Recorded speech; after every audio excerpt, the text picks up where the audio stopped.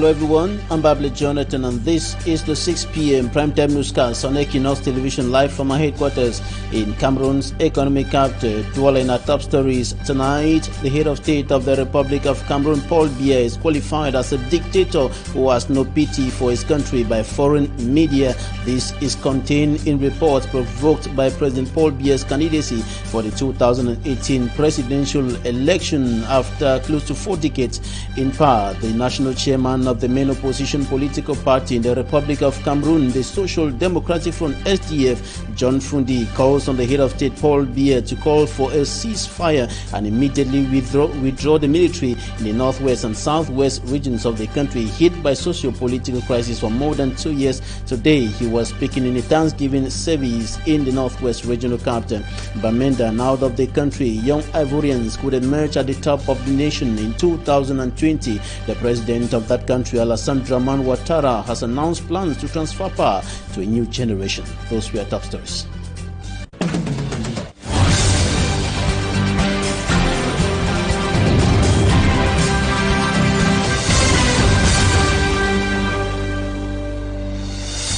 Thanks for joining us on this edition of the Primetime Newscast on Equinoxe Television. Some foreign media organs have been reacting to President Paul Biya's decision to seek for a 7th term in office by taking part in the October 7, 2018 presidential election in the Republic of Cameroon. And the media organs, some of them have qualified President Paul Biya as a dictator who has no pity for his country. Innocent as a report.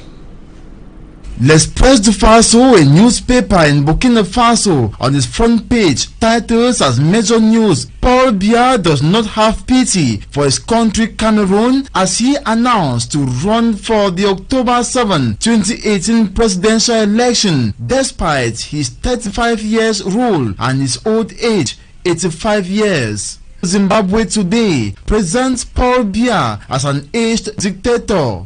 It further stresses that the senior citizen wants to run for a 7th term even though he has been in power for 35 years. According to Zimbabwe Today, President Paul Biya resides in Switzerland and visits his country Cameroon few days a year and holds cabinet meetings every 3 years. Press Cote d'Ivoire.ci, an Ivorian online media, focalizes on the Twitter choice by President Paul Biya to announce his candidacy. According to RFI, the head of state used 270 words to silence mouths of many observers. 1 hour after the announcement on Twitter, 194 tweets were recorded and later amounted to a total of 328,000 tweets. BBC News announced President Paul Biya is one of the African leaders who have stayed in power. Under him, Cameroon has witnessed an economic crisis. BBC News also announces that under President Paul Biya, corruption has eaten deep Cameroon, decried by most non-governmental organizations. It also notes that the nation has entered a conflict period where the minority English speakers are demanding their independence from the other 8 regions over marginalization claims. It is worth mentioning debates have also continued to heat up at the national level like the international scene regarding Biya's determination to seek for a 7th term of office come October 7. And one of the factions of the Movement for African New Independence and Democracy, Manidem political party led by Nise Kane, one of the founding members of that political party, has maintained that President Paul Biya should not go for another election. In other words, should not seek for another term in office. Nise Kane was speaking to the press today here in the economic capital, Douala. For me, Armstrong Sander reports. Anise Ekane will not be standing as candidate for the October 7, 2018 presidential election in Cameroon. The founding member of the Movement for African New Independence and Democracy, Manidem, released the information in a press conference in Douala. According to him, Cameroon is in a socio-political and security crisis, and finding a solution to the problems should be the priority of every true patriot. Nous avons dit depuis des mois We have said it time and again that a thousand election is not a solution to the Anglophone crisis. From what we see, the intention, motivation and objectives of most of these candidates do not entice us in getting into that. And he said Equinoxe fraction of Manidem prefer to use the electoral campaign period to educate Cameroonians on the challenges faced by the country in view of helping them to make right choices, notably concerning the Anglophone crisis. And he said Equinoxe's declaration is contrary to that of Dieudonné Yebga, acting president of Manidem, who declared that Manidem will take part in all elections organized this year. We don't want to add our voice to this cacophony. We want to give our position during this presidential campaign, to give a message to Cameroonians that what is important is to know why one candidate another is in this election. Not only Biya must go. It's a very simple message for a candidate. About President Paul Biya's candidacy, Anise Ekane reiterated that his party had warned President Paul Biya against standing as candidate again. However, Anise Ekane, who will not be challenging Paul Biya this time around, believes there are other means through which Cameroonians can get rid of the Paul Biya regime. Dictators want to be won by elections. We are revolutionary people, and we know in the history of the world that dictators will not be won by elections. He said the opposition can achieve this through a concrete and meaningful development program and not only the Biya must go slogan. Within the same vein, the Social Democratic Front National Chairman John Fundi has called on the President of the Republic, Paul Biya, to call for an immediate ceasefire and equally immediately withdraw troops from the northwest and southwest regions of the country. This, according to him, would open the way for the Anglophone crisis to find lasting solutions, notably through dialogue that has been on the lips of most political leaders as well as civil society actors in and out of the country. John Fundi was speaking at a Thanksgiving service in the Northwest Regional Capital. Baminda, we have details in the upcoming report.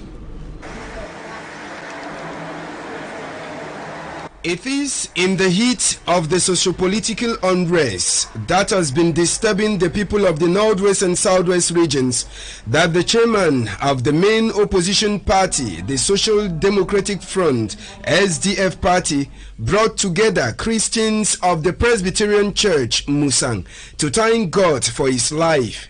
John Fundi, who has been calling for a peaceful resolution of the ongoing crisis, says he has been also threatened a number of times and it is necessary. He thanks God for his life. The five checkers in the compound, I followed the police right into jail. When I hung on the neck of the policeman who fired the checkers into the compound, before I turned my back, I saw the governor. So I had to, this Baba, what are you going to do yet? Let this man finish me. He said, you will not finish, you have come to take you out. So I have to thank God for all of you. They came to go fire on my house, to burn me in the house. When I got up that night, I was wearing a short pajamas. So I put my hand in the pocket and I was laughing. The children said that the government is burning and I'm laughing. I said, children from the worst. Apart from his life being threatened at one point, the party also received threats. For us to have the convention, it was not easy. I postponed many times. But in the end, I have to say that we are holding it today. And we held it. Thereafter, the senatorial election came up. It was another hard task again. Let us not do it. Let us not do this. I know that we have people abroad who tell you, Fundi, get out of parliament, get out of senate, get out of council, don't do this, don't do that. All of these, he said, merited him to thank God, who has given him the grace. Before the several Christians who turned out for the church service, the chairman of the Social Democratic Front sent this appeal to the President of the Republic, Paul Biya. If I have an appeal to make to God's house, is that Mr. Biya should tell his troops to put their guns down and get out. I'm waiting to stop. I'm waiting to stop. I know that all of you seated here will shout one voice for your children to put their guns and come out of the bush. Then we can march down the commercial avenue, hand in hand, singing praises to God to say at last it is finished. But also reminded those fighting that it is not only by arms that a war is being fought and won. There are two ways of fighting a war. You are fighting the war with your guns in the bush. I have to thank God for those children in the bush because of the wars. I'm fighting my own God with my mouth. And when I meet Mr. Biya, I tell him in the face, Mr. President, this is wrong. In a duty, not outside. Apart from the Christians of PC Musang, the Thanksgiving service was attended by Northwest Regional Governor Adolphe Lele Lafrique alongside senators and MPs of the SDF, funds and mayors of the region.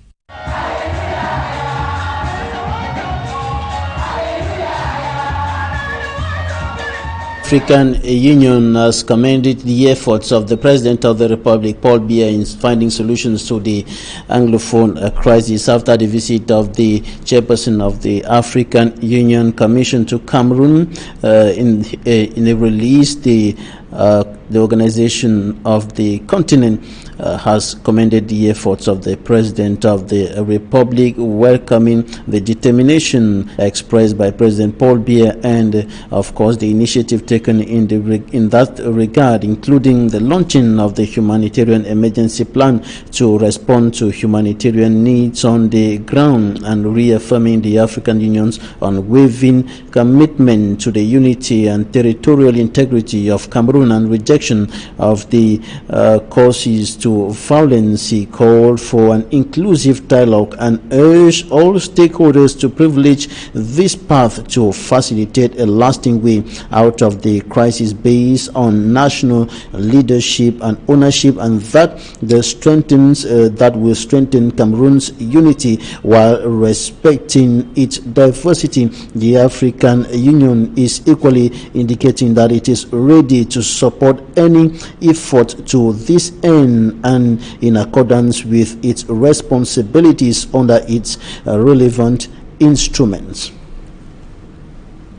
In the meantime, the United States of America is deeply worried by the video that emerged on social media and went viral, of course, indicating, according to the images and the information by an international non-governmental organization, that some Cameroonian soldiers were torturing and, of course, killing some persons who are family members of the suspected Boko Haram militants. And the United States has called on the Cameroon government to launch an in-depth investigation into the matter in order to unveil the truths behind those images rejected by the Minister of Communication and Government spokesperson Issa Chirma Bakari, who indicated that the Cameroonian military is not in any way connected to that violent video.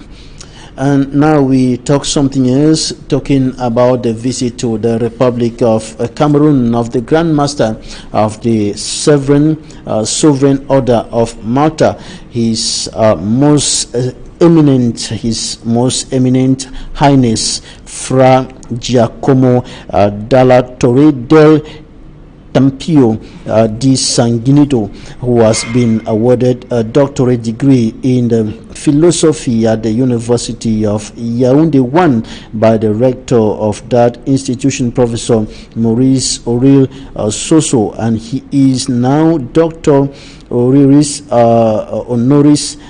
Causa fra Giacomo dalla Torre del Tempio di San Ginito, and he was invited by President Paul Biya. The Grand Master will be visiting the refugee camp in the east region of the country and Njombe in the Mungo division before his departure from Cameroon.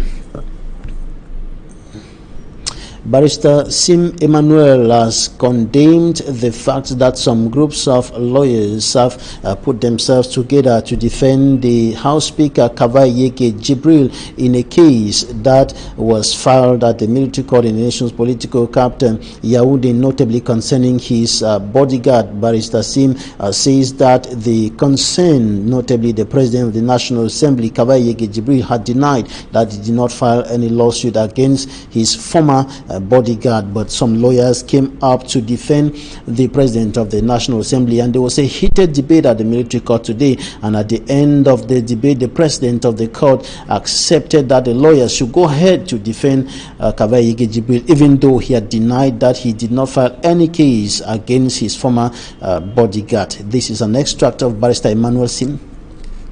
Yes, last time in this court, Mr. Kavayeke Jibril sent a letter to the president telling that he has never complained against his nephew, Mr. Uba Simala. And he said again that he has never been heard even in inquiry or before the judge. So today, I suppose that if Mr. Kavayeke has not did a complaint, he cannot be part of this matter. That is my position legally. But the judge said that Mr. Kavayeke Jibril can continue to have lawyers in this case. That is the decision of the judge. We are waiting the next time, and we hope that this time we'll go over, and that this case should maybe have an end.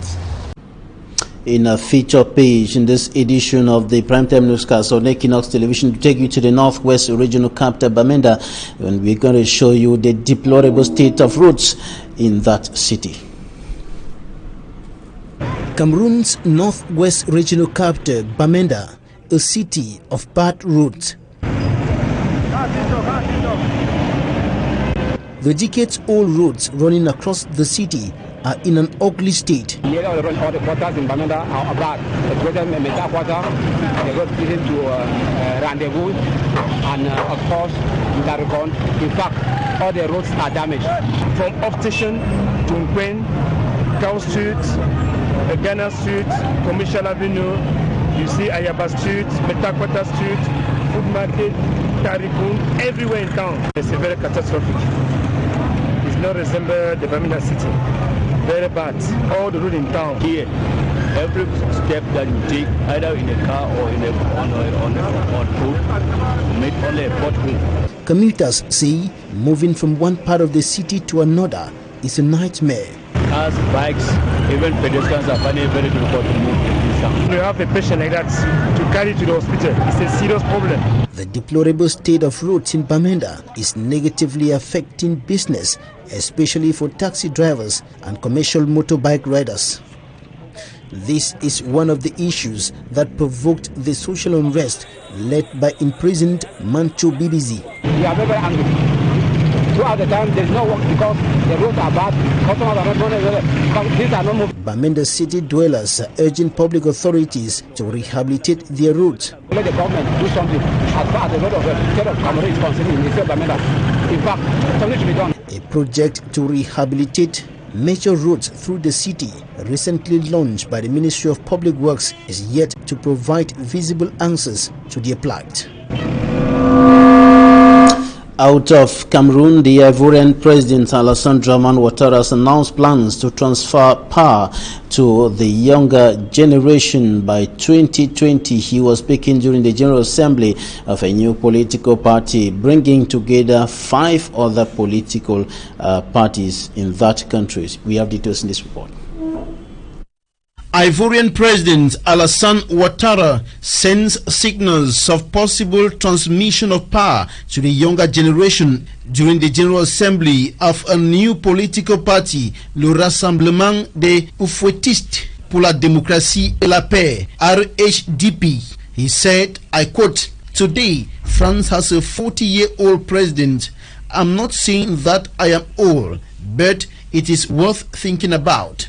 Highlighting the fact that the world is changing, Alassane Ouattara said he and Konan Bédié, leader of the Parti Démocratique de Côte d'Ivoire, PDCI, ought to work together toward transferring power to a new generation in 2020. Media reports have interpreted this statement to mean Alassane Ouattara will not stand as candidate in 2020. Meantime, Konan Bédié and his PDCI party have refused to be part of the new political party, Rassemblement des Oufouettistes pour la Démocratie et la Paix, which brings together 5 political parties. Konan Bédié and the PDCI rejected the terms of agreement signed by the other 5 political parties to form the RHDP. The PDCI supported Alassane Ouattara during 2 presidential elections and is expecting Ouattara and his followers to do same in 2020. And that's it for this edition of the news on Equinoxe Television. Thanks for staying with us. Goodbye.